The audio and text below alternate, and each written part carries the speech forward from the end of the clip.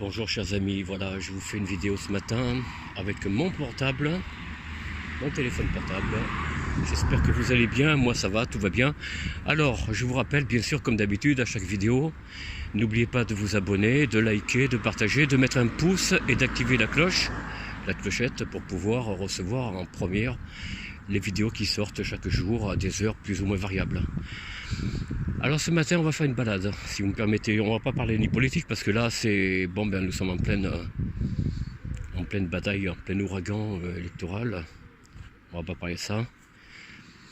On va simplement regarder le petit oiseau là, le petit merle là. Alors ça c'est les noirs, c'est les mâles, je crois. Les femelles sont marrons. Bon, ça je crois que vous le savez. Bon, j'espère que vous allez bien. Moi ça va, tout va bien. Bon, j'ai un petit tour au parc, comme d'habitude, pour changer un petit peu. Cette fois, je vais faire le tour. Oh non, je vais faire le tour ici. Voilà, j'ai pas trop envie de changer en fait. Voilà, regardez, la mare. Un ciel bien gris, hein, comme chaque fois en plein juillet, vous voyez. Et puis alors un petit vent. Bon là, il est pas levé encore, mais un petit vent dans la journée frais. Frais, oui, vous avez bien entendu. En plein mois de juillet, alors que dans le midi, je ne sais pas quelle température vous avez, mais ici, les températures sont assez basses pour la saison, hein, elles plafonnent à 19, 20, bon, parfois 21 degrés, mais pas plus. En plein après-midi, hein. Là, nous sommes peut-être à 17, 18 degrés, et encore, je ne sais pas. C'est vraiment pas chaud pour la saison, on peut pas dire que nous soyons gâtés dans ce pays, mais c'est vrai qu'ils avaient dit que une moitié du pays serait pendant presque tout l'été dans une zone de pluie, d'orage, de vent bien entendu, enfin bon tout ça quoi, et des températures pas très élevées pour la saison. Bon, quand on sait que la micro-ingénierie s'occupe de nous pour nous faire un temps dégueulasse, un temps vraiment abominable, pour pas dire plus, hein. Eh bien, il n'y a rien d'étonnant, ça ne m'étonne pas. Je ne sais pas, j'ai pas d'exemple à vous donner à propos des chaînes trail, mais bon, tout ça, ça fait partie de la micro-ingénierie, mais ça se limite pas aux chaînes trail. Non, non, non. Une étude a montré, j'ai vu ça, je sais plus, je crois que c'est sur Illégal en France, oui. Je sais pas si l'article y dit encore.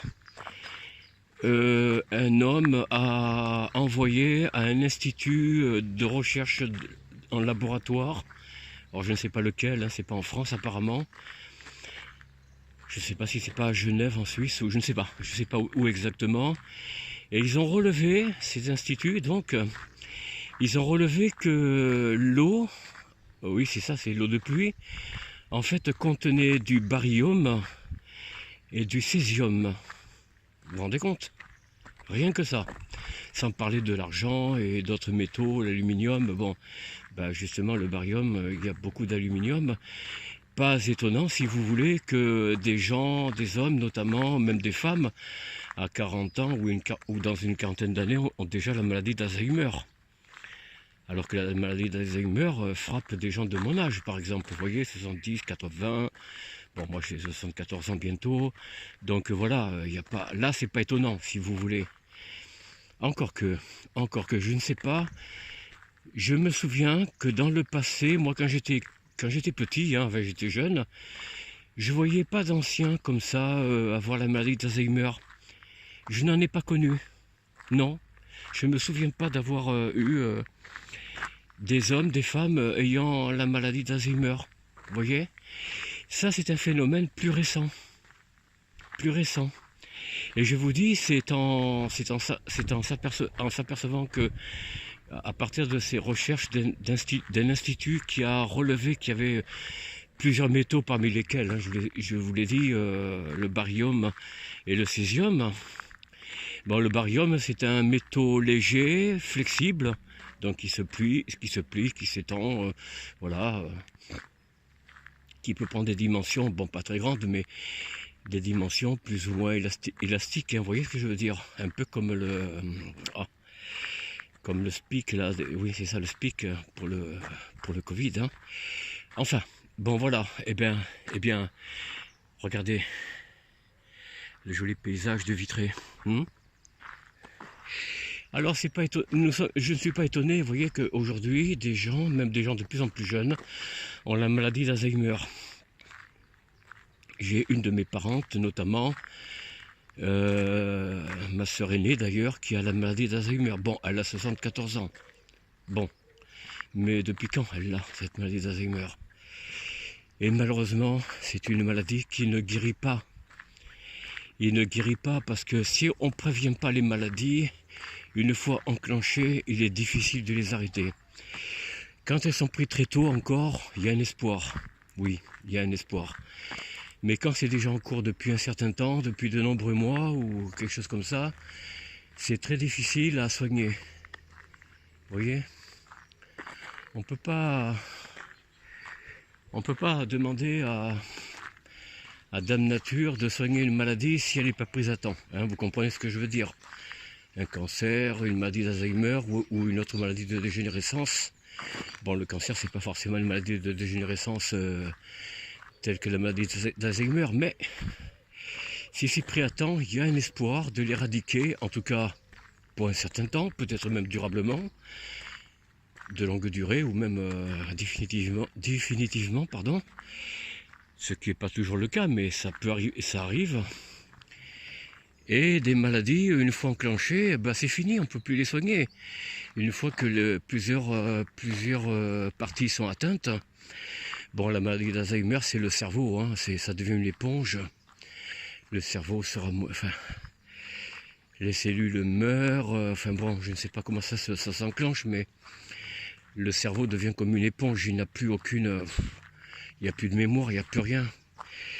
C'est dans l'ombre, dans la nuit que, comme disait Ronald Reagan, c'est fini, je rentre dans la nuit. Bon, lui, il avait déjà senti que pour lui, c'était terminé. Vous vous souvenez, je ne sais pas si vous vous souvenez, dans les années 80-88, lorsqu'il a quitté le pouvoir, le laissant à George Bush père, il avait dit qu'il rentrait dans la nuit. Bon, il sentait que c'était fini pour lui, quoi. Il a duré quand même quelques années, puis il est mort en 2004, comme je pense vous le savez. Enfin bref, en général, ces maladies-là, elles sont guère curatives. On peut guère les guérir si elles ne sont pas prises à temps, ou s'il n'y a pas en amont, comment dire, des produits pouvant faire barrage à ces dégénérescences, eh bien c'est très difficile de les guérir. Alors s'il y a des gens qui connaissent un petit peu des cas que l'on a guéris dans un délai relativement court ou long, eh bien que faites-moi un commentaire. Moi je serais curieux, je serais intéressé de savoir si vous connaissez des gens autour de vous qui ont guéri de la maladie d'Alzheimer après quelques mois de déclaration, de la maladie, ou une ou deux années. Dites-moi ce qu'il en est. S'il y en a qui ont guéri, ben je serais heureux de l'apprendre. Peut-être que je me trompe, hein, je peux me tromper dans les arguments que je vous donne, mais il me semble que quand une maladie de ce type, aussi grave soit-elle, est enclenchée, c'est rare qu'on l'arrête. Hein. C'est rare. Voilà. Bon, que vous dire d'autre?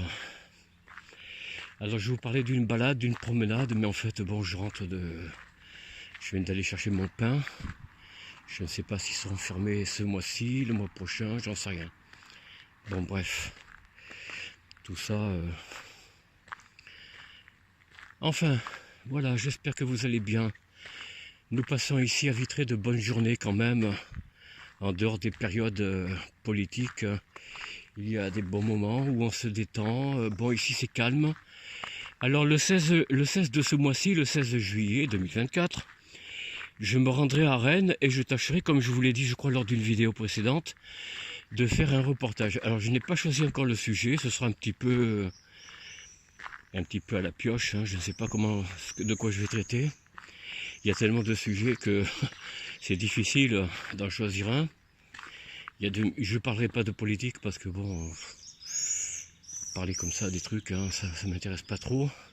L'actualité ne s'arrête pas qu'à la politique, il y a bien autre chose du quotidien de chacun de nous, de chacun de vous, qui est tout aussi intéressant, sinon plus.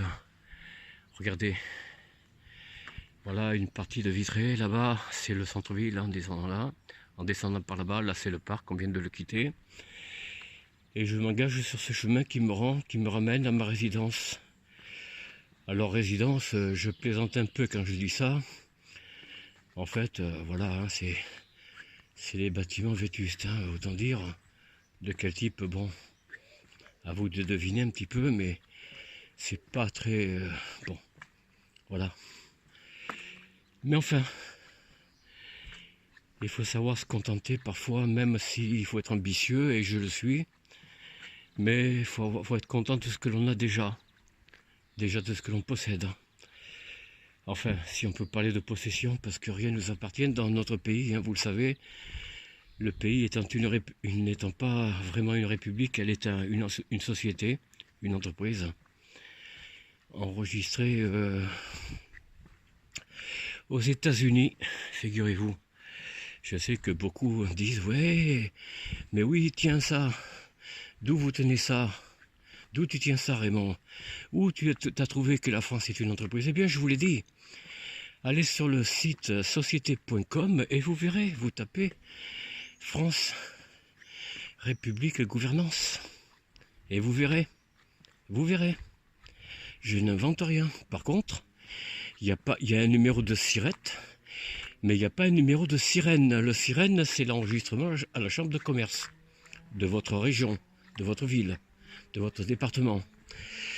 Voilà. Mais là, il n'y a pas un numéro de sirène. Donc, ce n'est pas une entreprise comme les autres, si vous voulez. C'est pas une entreprise comme entreprise Durand, par exemple, fabriquant des pièces de caoutchouc ou des pièces de plastique, que sais-je moi, ou des tuyaux en PVC. Voilà, vous voyez. C'est pas une société de ce type, mais c'est quand même une société privée. Vous voyez. Voilà. Regardez, ça c'est une école pour les petits. Une école qui a... Bon, je l'ai passé rapidement parce que j'ai pas le droit en principe. Bon, là, il n'y a pas d'enseigne, alors je peux pas tricher. Hein. C'est une école qui s'agrandit pour éduquer nos enfants. Alors, éduquer, normalement, c'est pas le rôle de l'école d'éduquer.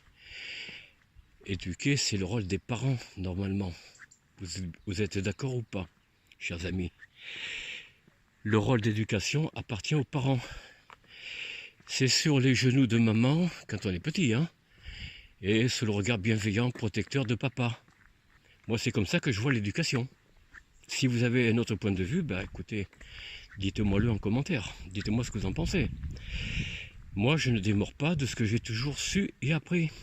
Ce que j'ai toujours appris.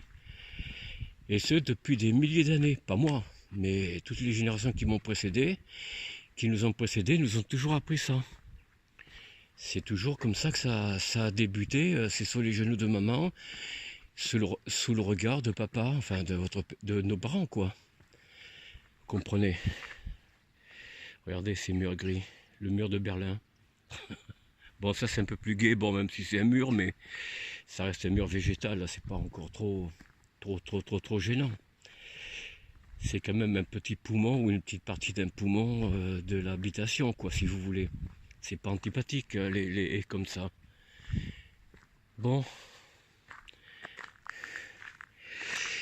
Regardez cette verdure.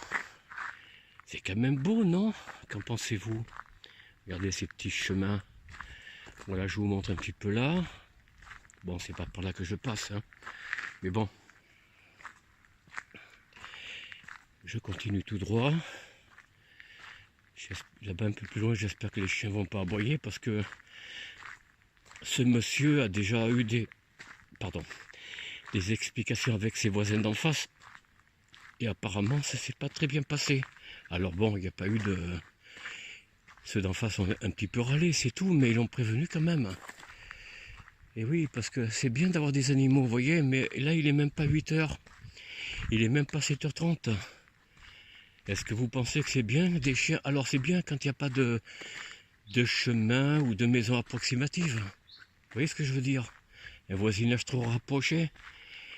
Mais quand il s'agit de zones pavillonnaires, vous voyez, avec des chemins, on va dire, publics, des voies publiques, ben, c'est un peu délicat de laisser ces chiens dehors, je sais.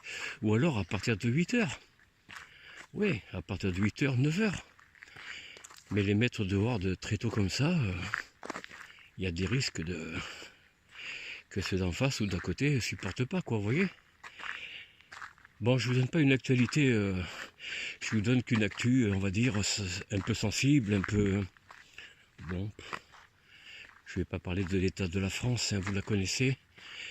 Vous en savez plus que moi, peut-être même, dans quel état notre pays se trouve. Bon, je ne parle que de paysages et de mes voisins. Bon, moi j'habite un peu plus loin, bien sûr, hein. Mais voilà. Oh là là. Quel beau pays était autrefois la France, et aujourd'hui, bon, vous les jeunes, bien sûr, qui m'écoutez, qui regardaient mes vidéos, vous pensez peut-être le contraire. Bon, je sais qu'à chaque époque, il y a des bons et des mauvais côtés, mais ça c'est vrai. Moi, j'aime bien notre époque 2024, vous voyez, mais quand même, je dirais pour moi, qui commence un peu à prendre de l'âge, les années 70, c'était un peu autre chose, mais c'était déjà quand même, en réfléchissant bien, j'ai vu des vidéos, des reportages des années 60-70, c'était déjà le rêve, le tout vélo, vous voyez, le tout vélo, le skate, déjà, hein, dans les années 70, je parle. Et on va dire, le début de la dégénérescence, après bien sûr, 1968, hein, ça a été la mort. Un peu la mort de notre pays, enfin la mort, l'agonie, on va dire, l'agonie de la France.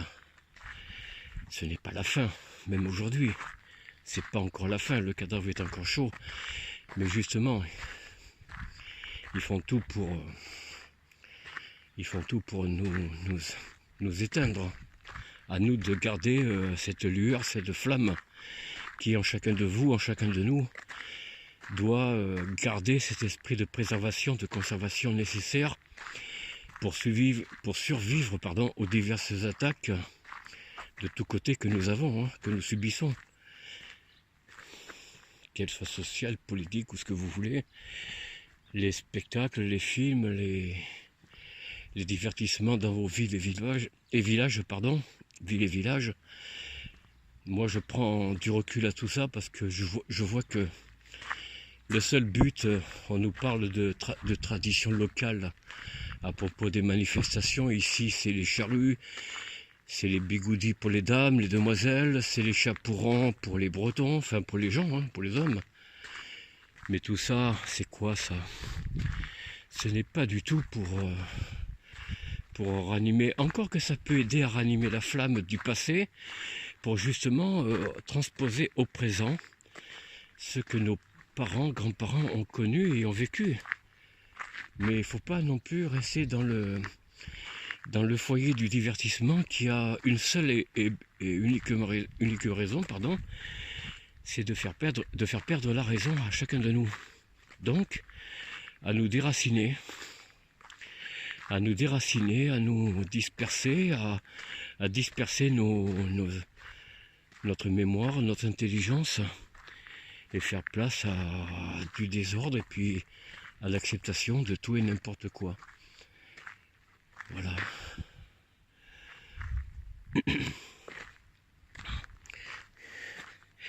Je continue cette belle balade. Bon. Vous voyez, un petit peu, c'est pas mal, hein. Le ciel, vous voyez un petit peu le ciel, regardez. Soi-disant, c'est Cyrus, là.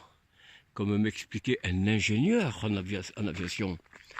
Alors, je ne sais pas si c'est un ingénieur en aviation civile ou militaire. Mais regardez. Regardez le ciel. Ça, c'est pas des nuages.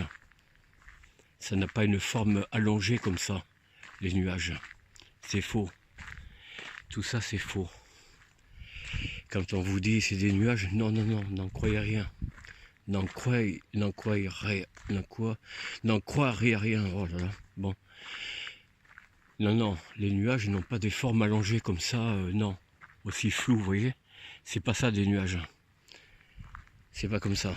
Moi, quand j'étais minot, petit, je savais ce que c'était un cumulus, un stratocumulus, et ainsi de suite, vous voyez. Mais je vous dis, ils nous font perdre la raison parce que entre l'eau qui nous tombe des nuages, donc les baryons et césium et compagnie, ont un but ultime, c'est de rendre dociles les populations, vous voyez, ainsi que la nourriture modifiée, ce qu'on appelle les OGM, que ce soit les fruits et les légumes, des oranges sans pépins. Est-ce que vous avez vu ça quand vous achetez vos fruits, vos oranges, vos clémentines, vos mandarines? N'aviez-vous pas dans le passé des pépins? Pourquoi il n'y en a plus maintenant dans ces fruits? Est-ce que ce n'est pas là justement une modification des fruits? Et pour les légumes alors, et puis je ne parle pas des pesticides bien sûr, parce qu'il y a des légumes et des fruits qui regorgent de pesticides à ne plus savoir où les mettre. Bon, ben chers amis, voilà, je vais vous laisser ici, dans ce petit chemin. Je vous souhaite une bonne journée. Soyez heureux, souriez, protégez ce que vous aimez, votre famille, vos enfants, vos parents, grands-parents, vos amis, soyez proches de vos amis aussi. Bon, amusez-vous, mais s'amuser, c'est pas forcément se divertir à perdre la raison. S'amuser, c'est se donner un peu de bon temps, quand même, il le faut. C'est nécessaire, il faut décompresser après une semaine de travail. Il est bon de se détendre un peu, de s'amuser, sortir, entre amis, en famille. Voilà, puis pourquoi pas, hein. Moi j'ai rien contre, bien au contraire. Mais il faut très vite, au bout d'un certain temps, se ressaisir et ne jamais perdre le cap, comme avec une boussole, hein, toujours aller vers le nord. Voilà, en tout cas, soyez heureux. Je vous dis à très bientôt. Portez-vous bien. Au revoir.